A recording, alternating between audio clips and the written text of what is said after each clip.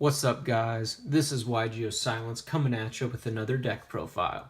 Now today I'm going to be showing you a deck that is long overdue, and that is my Phantasm Spiral deck. This is a deck I've been playing with since Maximum Crisis dropped. It's fun, it's competitive, it's even what I took to my first regionals ever, where I went 4-3-1 last year.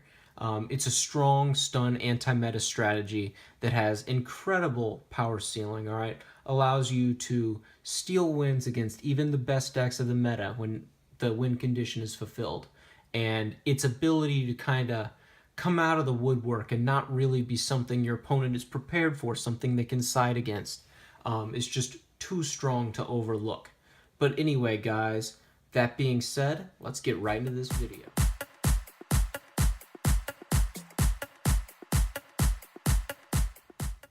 Alright guys, starting off with the main deck, I quickly want to say, this deck when I was building it is kind of built in the True Draco Light build style, where if you guys have played True Draco, you're very familiar with this. Small number of monsters, only 7 monsters, but 10 draw cards and very powerful floodgate traps that allow you to stun your opponent out and search through your deck to get the combo pieces you need.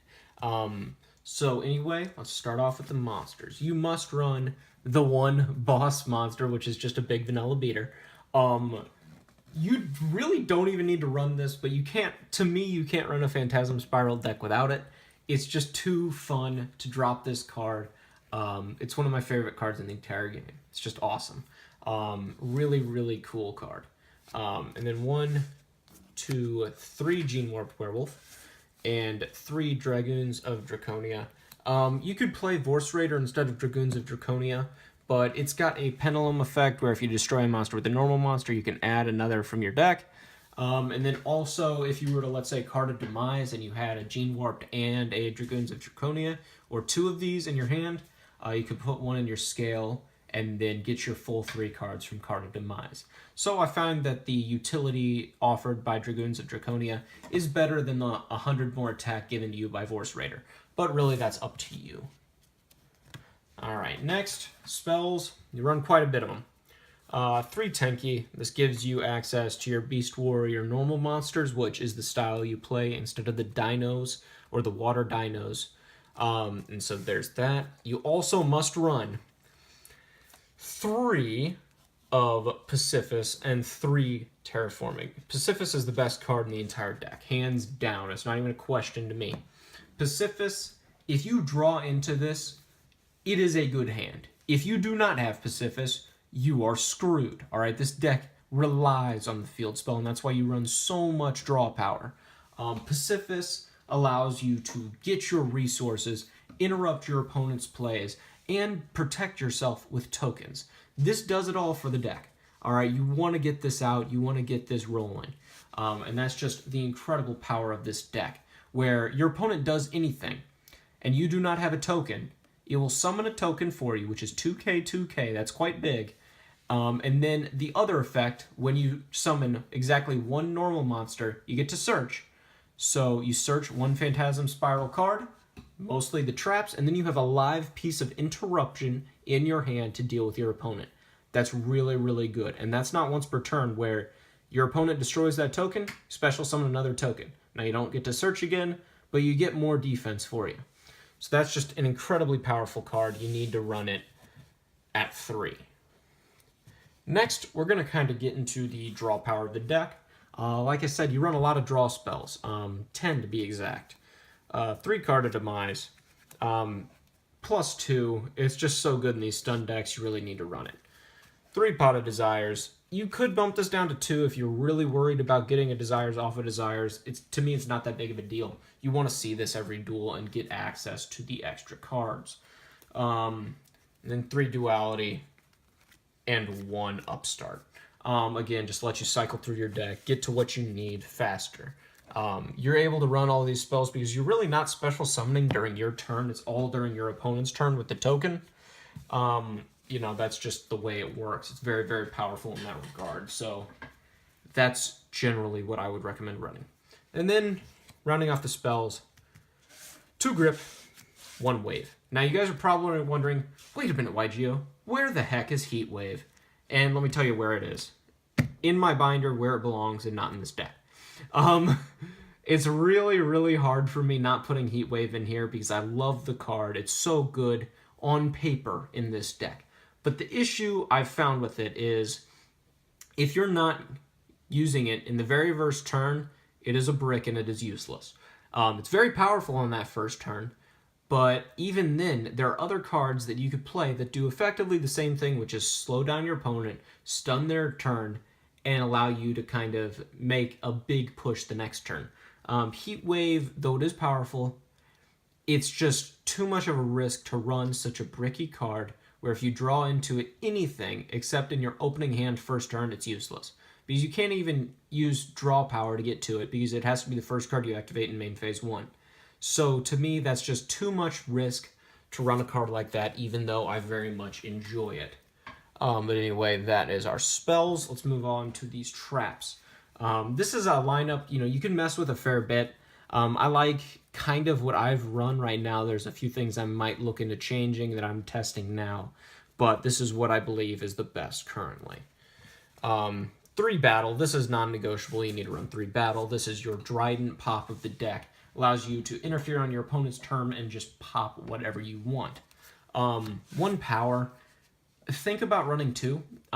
If you guys are building this deck and you want to take this out to locals, run this. See if you feel you banish this too much off desires. See if you feel necessary to run a 5th one and see if you draw into that too much. That's a few things I had to consider when I was building this, but 4 seems like a happy medium right now on these Phantasm Spiral traps. Starting off with the floodgates, kinda. There can be only 1. Now, these 2 cards can be any floodgate you desire. Anti-spell works, mistake works. There's a lot of cards you could pick. But I've found that there can be only 1 is very interesting. It came out of Extreme Force, but each player can only control 1 monster of each type. If a player controls 2 or more monsters of the same type, they must send some to the graveyard so that they control no more than 1 monster of that type. So that's really, really cool in that it's like a Rivalry of the Warlords, only different, and it's the exact opposite.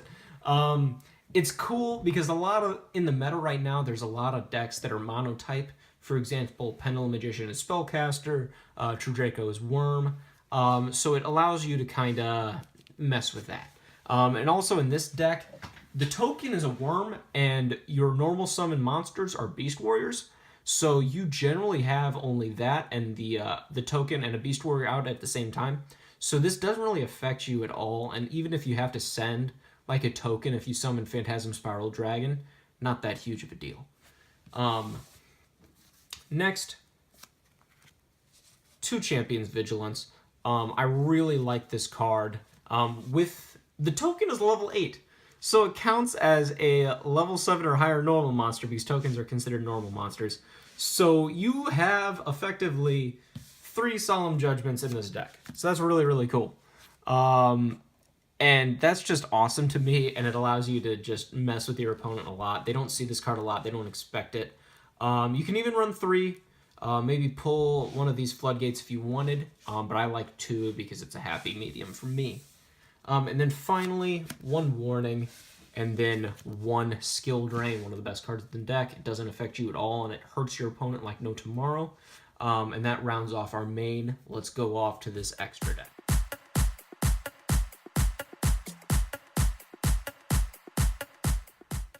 Alright, extra deck time. Now this is a lot more up to you than my usual extra deck recommendations, because we're running mostly Ghost Reaper targets, all right? It depends on what your locals, what you're worried about going into whatever tournament or local event you're playing. Think about what you're going against and go from there.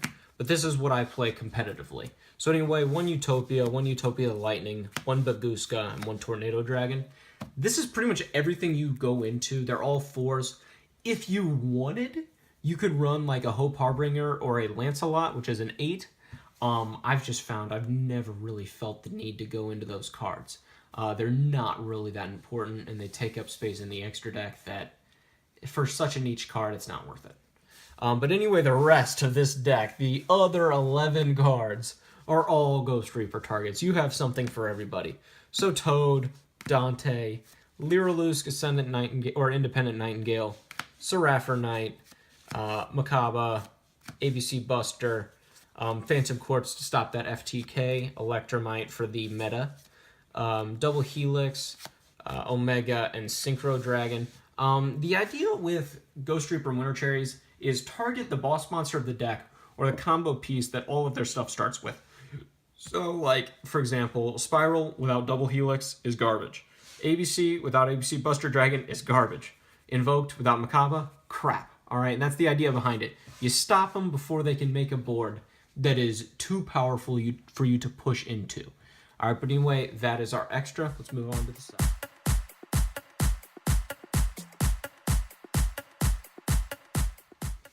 Alright guys, moving on to the side deck. Now, this is a stun deck, so generally you want to go first. One of your biggest worries is your opponent going first and just putting out an uncrackable board, alright? You know decks like Pendulum Magician, True Draco, Spiral, if they're not interfered with during their opening turn, they can pump out a board that you really just can't deal with.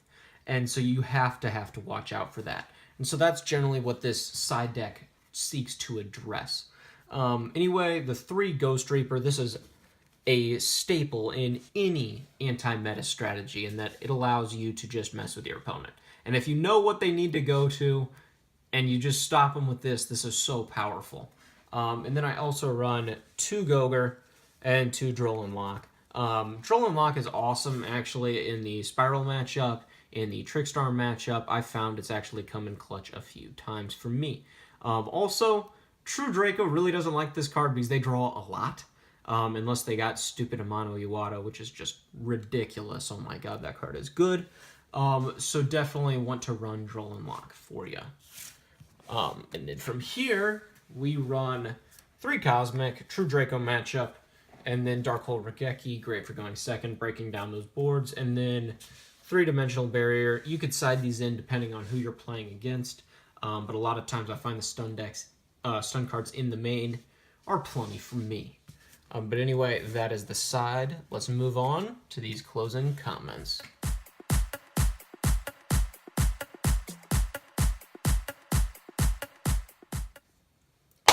Okay, guys, closing comments time. This deck is very much built around the meta. You know, its win condition is look at your opponent's win condition and make sure they don't achieve that. It seeks to take the game you're playing and turn it into Caveman Yu-Gi-Oh!, where the only thing that matters is your attack stat, and because my monster is bigger than yours, I win. And that's really, really cool and very, very powerful in this deck, because not a lot of archetypes are built to handle that. They're used to using their monster effects to clear out problematic monsters, and they expect to have to deal with negates, but dealing with these big monsters that don't use effects is very different for them, and a lot of players have a lot of difficulty adjusting. This deck, of course, has weaknesses, you know, pushing into established boards. It's not something you want to do, but as far as, you know, stun decks like Counter Fairy and Pure Stun with stuff like Inspector Border, this is one of the better options, if not the best option. If you played True Draco extensively, you will be very familiar with how this deck operates. Using big, powerful monsters and strong floodgates with a lot of draw power to kind of stun your opponent out. It's pretty much True Draco Light. You know, like I said earlier in the video, that's how the deck functions. But it's just not quite as good. So if you want a deck that, you know, you can play at locals and not feel guilty about, you know, playing meta, and you just want to have some fun, this is something I would highly recommend picking up, you know, having a good time with. To all those True Draco players out. And also, if you want to play a deck like True Draco, or just a stun deck in general, this is a really good, cheap option. Most of the Phantasm Spiral deck stuff is common and rare. But anyway, guys, I hope you've enjoyed this video. Please feel free to like and subscribe, and in the comments below, tell me what you thought of the deck. Tell me anything you would change. Tell me anything you didn't like, anything you liked. It really helps me out, and I appreciate the support. But anyway, guys, that being said, I'll see you guys next time.